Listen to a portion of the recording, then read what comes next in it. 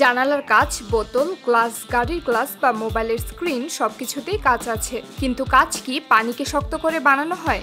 না, একেবারেই না। কাঁচ আসলে তৈরি হয় বালু থেকে। সাধারণ বালু নয়, এক বিশেষ বালু। কারখানায় কতগুলো ধাপ শেষ করে বালু থেকে কাঁচ তৈরি হয়, সেই প্রক্রিয়াটাই সবথেকে ইন্টারেস্টিং। আর শুটিংয়ে ব্যবহার করা সুগার গ্লাসই বা কিভাবে বানানো হয়?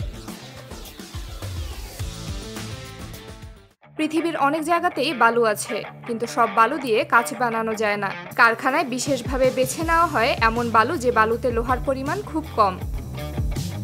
কারণ লোহা থাকলে কাঁচ সবুজ বা বাদামি হয়ে যায়। একদম স্বচ্ছ কাঁচ পেতে হলে লোহার উপস্থিতি যতটা সম্ভব কমানো লাগে। এজন্য বালু পরিশোধনের কাজ করা হয়। বিশাল মেশিনে পানি দিয়ে ধুয়ে ধুয়ে বালু থেকে ময়লা, কাদা আর লোহার ছোট কণাগুলো আলাদা করা হয়। এরপর সেই পরিষ্কার সিলিকা বালুই হয় কাঁচের মূল উপাদান। এবার বালুর সাথে মেশানো হয় আরও কিছু উপাদান।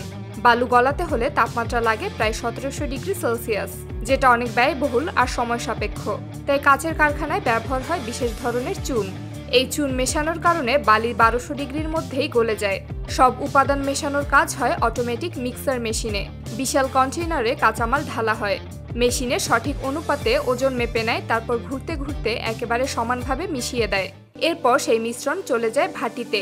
ভাটি হলো এক ধরনের বিশাল চুলা, যেখানে সবসময় প্রচণ্ড পরিমাণ তাপ জ্বলতে থাকে। চুলার ভেতরে তাপমাত্রা প্রায় 1500 থেকে 1600 ডিগ্রি সেলসিয়াস পর্যন্ত থাকে।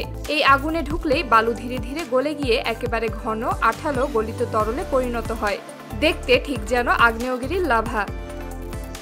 গলানোর ধাপটাই কিন্তু অনেক সময় লাগে। পুরো প্রক্রিয়াটা 24 ঘন্টার মতো সময় নিতে পারে। এই চুলা মূলত বিশেষ ধরনের পাথর দিয়ে বানানো, যাতে এত তাপেও পাথরগুলো গলে না যায়।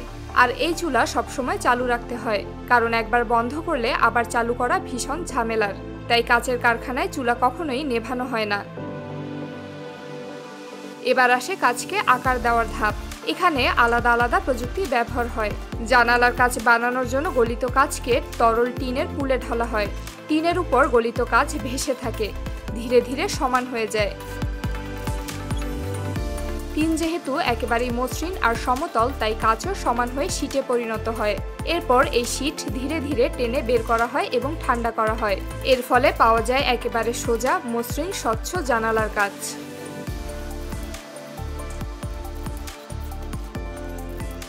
অন্যদিকে বোতল, গ্লাস বা নানা ধরনের পাত্র বানানোর জন্য ব্যবহৃত হয় মোল্ডিং পদ্ধতি।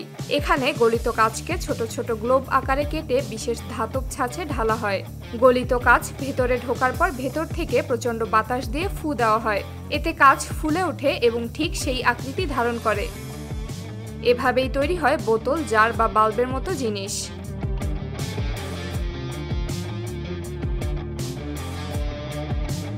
কাঁচ তৈরি হওয়ার সময় সবকিছুর পরেও আরেকটা সমস্যা থেকে যায়।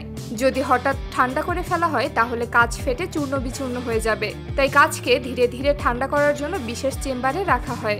এই প্রক্রিয়ার নাম অ্যানেলিং। এখানে কাঁচকে প্রথমে একটু বেশি তাপমাত্রায় রাখা হয়, তারপর আস্তে আস্তে কমানো হয়।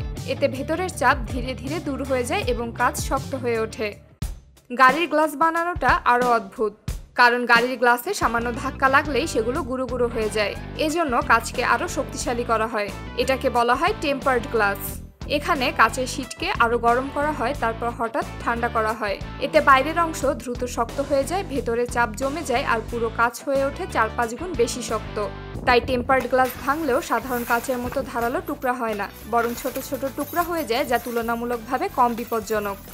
আবার বড় গাড়ির জানালায় ব্যবহার হয় লেমিনেটেড গ্লাস, যেখানে 2 বা ততোধিক কাঁচের শীটের মাঝখানে প্লাস্টিকের স্তর বসানো হয়। এতে দুর্ঘটনায় আঘাত পেলেও কাঁচ ভেঙে ছিটকে যায় না, বরং আটকে থাকে।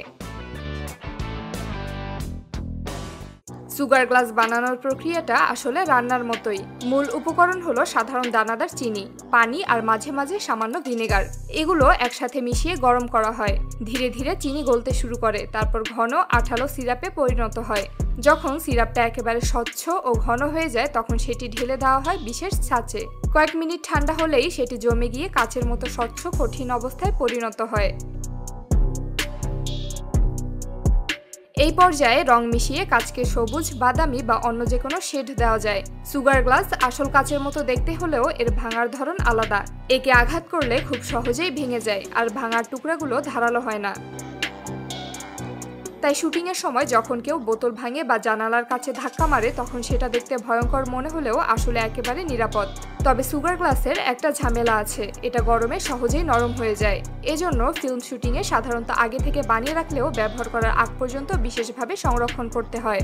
মজার বিষয় হলো, যদিও আমরা কাচকে কঠিন ভাবি, এটা আসলে এক ধরনের অ্যামারফাস সলিড, মানে কাচ তরল আর কঠিনের মাঝামাঝি অবস্থায় থাকে। এজন্য কাচ এত স্বচ্ছ আর মসৃণ।